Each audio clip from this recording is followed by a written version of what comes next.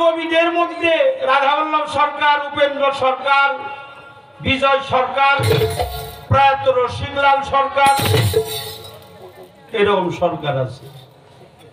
আর জাতীয় কবি হলো কাজী নজরুল ইসলাম।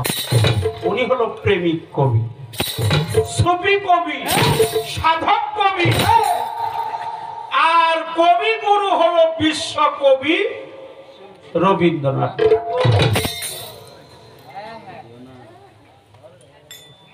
রবীন্দ্রনাথ ঠাকুর, আর যাকে বিদ্যার সাগর খেতাব দেওয়া হয়েছিল তিনি হলো ঈশ্বরচন্দ্র বিদ্যাসাগর।